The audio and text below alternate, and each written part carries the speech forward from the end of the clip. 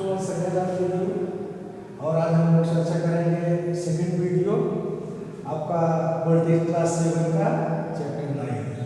इसमें आप लोग देख रहे हैं एसेट इन ए मार्केट। आपका है चैप्टर का नाम है, चैप्टर का नाम है एसेट इन ए मार्केट और इस चैप्टर का सेकेंड वीडियो बच्चों हम लोग यहाँ चर्चा करने चल रहे हैं।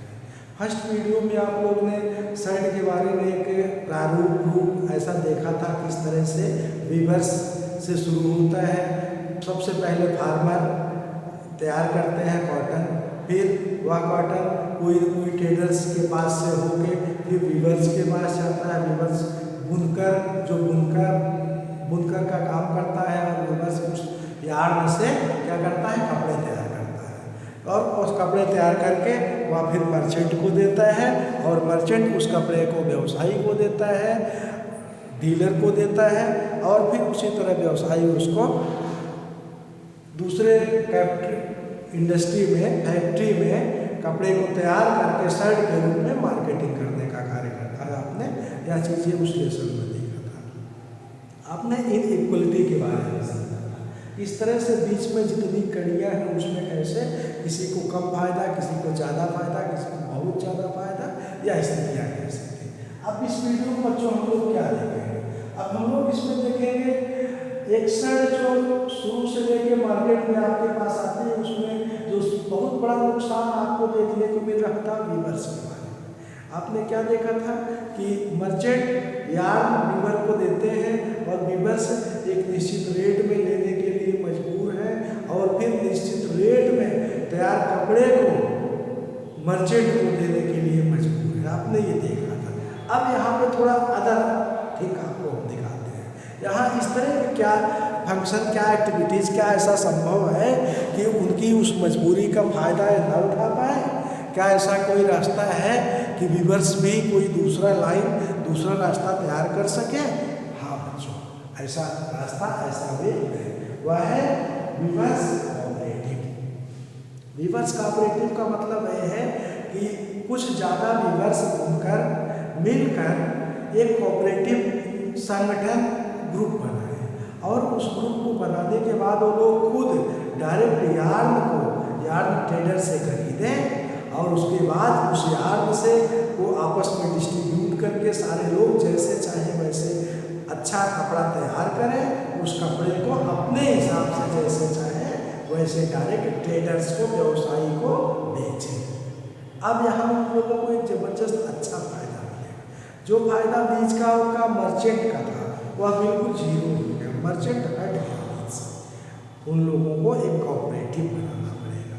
कोऑपरेटिव एक ग्रुप, अगर ग्रुप बनता है तो जितने भी वीवर्स हैं वो सारे मिलके कुछ पैसा इन्वेस्ट सब लोग मिलके करेंगे, उसी पैसे से यार्न डीलर से लें, ट्रेडर से लें और फिर तैयार करने के बाद अपने हिसाब से जिस ट्रेडर्स को चाहे, जिस गवर्नमेंट फैक्ट्री में चाहे वहाँ भी वो कपड़े को अपने हिसाब से सेल करने का कार्य करें, अपना प्राइस, अपना रेट डिसाइड करें।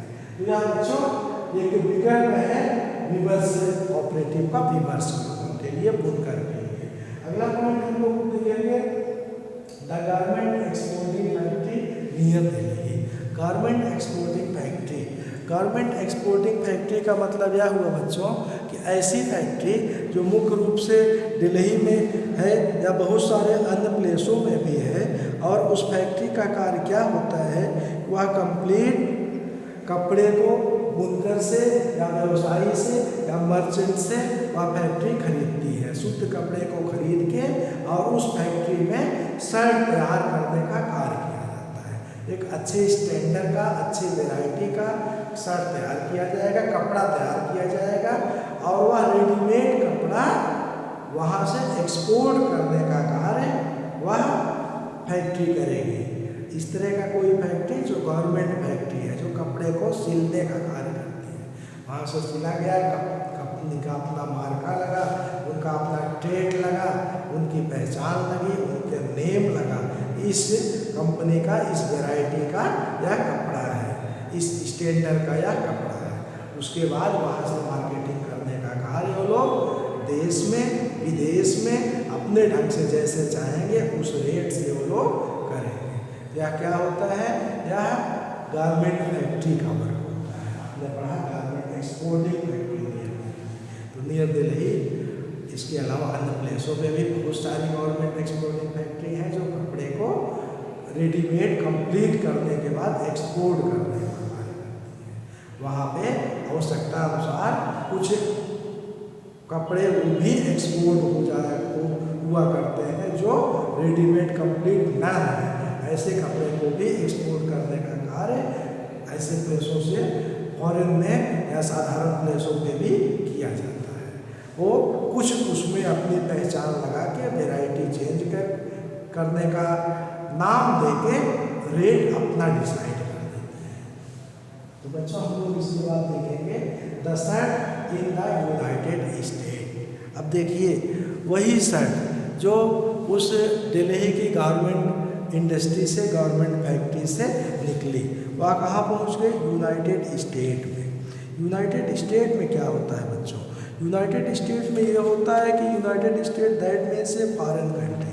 केवल यूनाइटेड स्टेट ही नहीं है, इसी तरह और भी बहुत सारे प्लेस हैं जहाँ पे वह कपड़ा कंप्लीट रेडीमेड कपड़ा पहुँच गया उनके पास।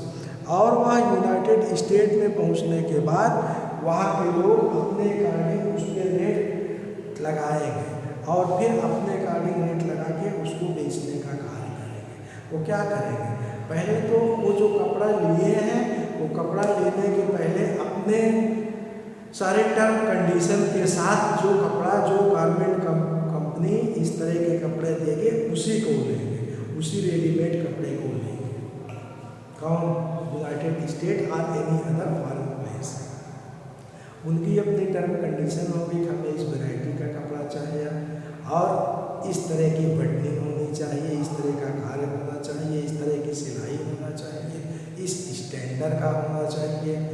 उसके बाद इस सिस्टम से डिलीवरी होना चाहिए। किसी भी तरह की कोई मिसअंडरस्टैंडिंग या लूज तरह होने का कार्य हुआ उसमें रिस्पॉन्सिबल यहाँ की गवर्नमेंट फैक्ट्रियाँ होंगी और फिर उसका वो प्राइस कम करेंगे, कम से कम रेट में यहाँ की गवर्नमेंट फैक्ट्रियाँ से परचेज करेंगे, कम से कम रेट में परचेज करेंगे और परचेज करने के बाद अपना एक निश्चित सिस्टम डिसाइड करेंगे। वो डिसाइड क्या करेंगे, वह डिसाइड क्या करेंगे, सबसे पहले देखेंगे, मान लीजिए उनका परचेजिंग रेट चलिए 200 रुपीज़ है। फिर उसमें देखेंगे कि हमें इस प्रोडक्ट पे, इस शर्ट पे, इस कपड़े पे लगभग 300 रुपीज़ एडवर्टीजमेंट में खर्चा हुआ है। फिर वो देखेंगे इसको हमने स्टोर करके अन्य वर्क में कम से कम 100 रुपये खर्चा है। फिर वो डिसाइड करेंगे प्रॉफिट इसमें कम से कम 600-700 होना चाहिए। फिर वो डिसाइड करेंगे कि इसका प्राइस कम से कम $27-28 होना चाहिए, जो इक्वलिटी जो बराबर होता है 1800 के। तो आप देखिए बच्चों क्या होगा, वही शर्ट जो आपके मार्केट से गवर्नमेंट फैक्ट्री से निकली 200 रुपीज़ में, वहाँ पहुँच के उसका प्राइस 1800 रुपीज़ हो गया। और यही स्टार्टिंग में उसका जो रहा मटेरियल जहाँ से निकला था उसकी कीमत 50 रुपीज़ भी नहीं थी। दैट मीन्स इतने सारे लोगों की कड़ियाँ बीच में जुड़ी एक शर्ट को तैयार होने में। फार्मर के बाद आप देखिए बुनकर, फिर मर्चेंट, फिर व्यवसायी, उसके बाद ये पहुंचा आपके गवर्नमेंट फैक्ट्री में, गवर्नमेंट फैक्ट्री से फॉरेन में। दैट मीन्स वहाँ पे जाके वहाँ से जब निकला होलसेल मार्केट में, होलसेल मार्केट अपना एक अलग पहचान देके डिस्ट्रीब्यूटर को दी, डिस्ट्रीब्यूटर के बाद से फिर आगे चल के डीलर कस्टमर के पास पहुंचा तो रेट उसका क्या पहुंच गया 1800। This is the system of market. यह मार्केट का सिस्टम है। इसमें आपको दिखता है इक्वलिटी और इनइक्वलिटी, किस तरह से बीच के सारे लोगों को फायदा या नुकसान दिखता है, किस तरह से कम मेहनत करने वाले लोगों को बड़ा फायदा दिखता है। Who has been invested much, जो ज़्यादा से ज़्यादा पैसा इन्वेस्ट करके बैठे हैं उन्हें अधिक फायदा होता है। अब आप देखिए who are the gainer in market, इसमें कौन ऐसा है जो गेन करता है, कौन ऐसा है जो फायदा लेता है। अभी हम आप चर्चा किए सबसे पहले शुरुआत फार्मर, देखा सुकना फार्मर थी, पिछले वीडियो में आपने देखा था, उनको उधार लेना पड़ा। उधार के बाद मजबूरी उसी डीलर से, उसी व्यक्ति के पास बेचना पड़ा जहाँ से उन्होंने उधार लिया था।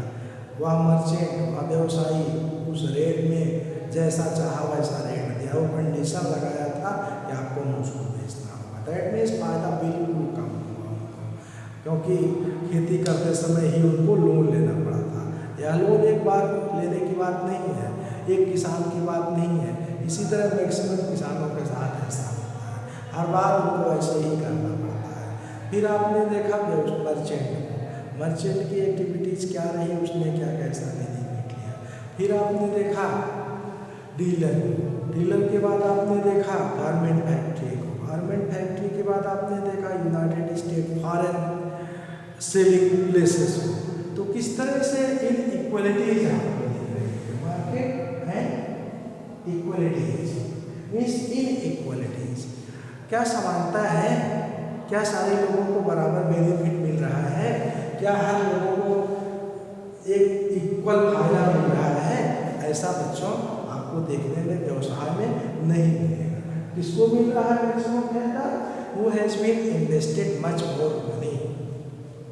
All poor person has been depended on the person who has been greatest, who has been manage are every system. तो जो अधिक एक्सपेंस कर रहा है वो मार्केट को अपने हाथों में कंट्रोल करके रखा है। उसके हाथों में टोटल प्रचार एडवर्टीजमेंट है, उसके हाथों में सारे छोटे छोटे ग्रुप्स हैं जिसके मटेरियल अपने पास लेके अपना वो रेट और टैग लगाता है और पहचान देने के बाद अपना रेट डिसाइड करता है। तो आपने बच्चों क्या देखा, आपने इस लेसन में देखा ये शर्ट मिल रही मार्केट में, किस तरह से एक शर्ट का रॉ मटेरियल कहाँ से शुरू होता है और कहाँ से शुरू होने के बाद लास्ट में कहाँ पे किस प्लेस पे कस्टमर के पास पहुँचने में कितने कड़ियों से होकर उसे गुजरना पड़ता है और इतने कड़ियों से होकर गुजरने के बाद कितने लोगों को किस तरह से बेनिफिट मिलता है और कौन लोग अधिक मेहनत करने के बाद भी कम बेनिफिट में अपने आप को लिमिटेड कर देते हैं। तो दैट मीन्स इन इक्वलिटी। आपने वीवर्स के बारे में देखा रहा, कोऑपरेटिव सिस्टम उनके लिए फायदेमंद हुआ। क्यों? क्योंकि कोऑपरेटिव होने के बाद उनको एक ग्रुप मिल गया, ग्रुप के साथ एक पूंजी बन गई, एक इकोनॉमिकल पोजीशन उनकी स्ट्रांग हो गई। जब इकोनॉमिकल पोजीशन स्ट्रांग हो गई तो खुद बड़ा कार्य करने लगे। That means money begets money, पैसे से पैसा आता है। This is the common sense what ever you may get under this lesson. तो बच्चों इस लेसन में हम लोगों ने इस पॉइंट के बारे में समझा। अब इसके बाद हम लोग अगले लेसन में अगले कुछ और वीडियो के साथ आगे डिस्कस करेंगे बच्चों। सो तब तक के लिए थैंक यू वेरी मच बच्चों, ऑल ऑफ यू।